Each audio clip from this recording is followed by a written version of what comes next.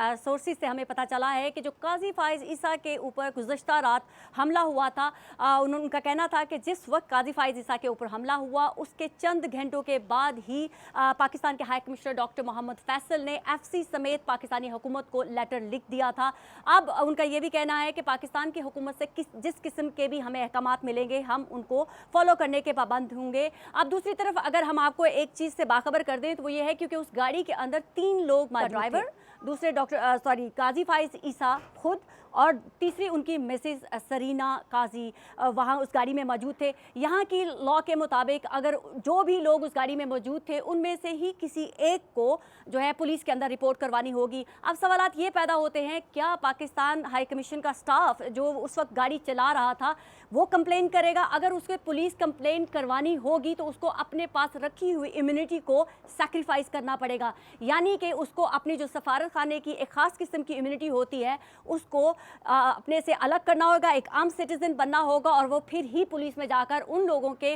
मुतालिक जो है किसी भी किस्म की पुलिस रिपोर्ट फाइल कर सकेंगे, जो कि मुझे ये नामुमकिन होता हुआ नज़र आ रहा है। दूसरी तरफ क्या पाकिस्तान के साबिक चीफ जस्टिस काजी फाइज ईसा खुद पुलिस में जाकर रिपोर्ट करवाएंगे या उनकी मिसेस सरीना काजी क्या खुद जाकर पुलिस स्टेशन में ये पुलिस रिपोर्ट करवाएंगी? मुझे ये भी नामुमकिन होता हुआ नज़र आ रहा है, क्योंकि काजी फाइज ईसा अगर यहाँ पर किसी भी किस्म का कोई भी केस फाइल करते हैं तो वो उनका जो केस है वो पूरी दुनिया में हाईलाइट हो जाएगा। अभी तो सिर्फ चंद सेकंड या चंद मिनट्स के लिए ये खबर जो है वो पाकिस्तान के सोशल मीडिया या टीवी चैनल्स पर चली थी, लेकिन उसके बाद ये खबर एक इंटरनेशनल तौर पर जो है वो हाईलाइट हो जाएगी और काजी फाइज ईसा जो है वो पूरी दुनिया में उनको इसका कह सकती हूँ सेटबैक हो सकता है, उसको फेस करना पड़ सकता है। तो लिहाजा मुझे नहीं लगता कि काजी फाइज ईसा किसी भी किस्म की कोई भी कानूनी कार्रवाई उन लोगों के खिलाफ करना चाहेंगे। अब अगर पाकिस्तान की हुकूमत चाहे तो वो कुछ भी कर सकती है, जैसे वो अगर पाकिस्तान के हाई कमीशन का जो स्टाफ था ड्राइवर उसको चाहे तो कह सकती है कि अपनी इम्यूनिटी साइड पर रखो और जाकर उन लोगों के खिलाफ पुलिस में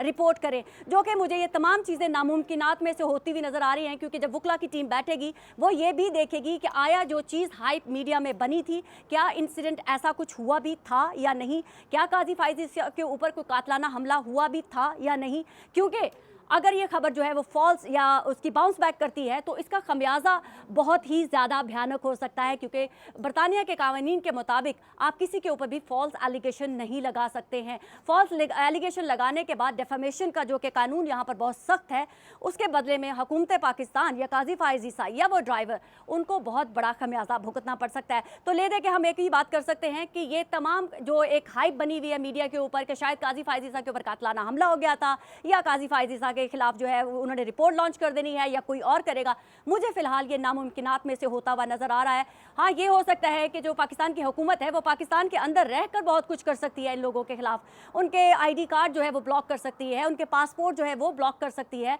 लेकिन इसके अलावा अगर आप मेरी राय लें तो बरतानिया के अंदर किसी भी किस्म की कानूनी कार्रवाई करना उनके लिए इतना आसान नहीं होगा जितना हम मीडिया पर देख और सुन रहे हैं। बहरहाल बाकी पाकिस्तान की हुकूमत और पाकिस्तान की रियासत जो चाहे वो कर सकते हैं। अगेन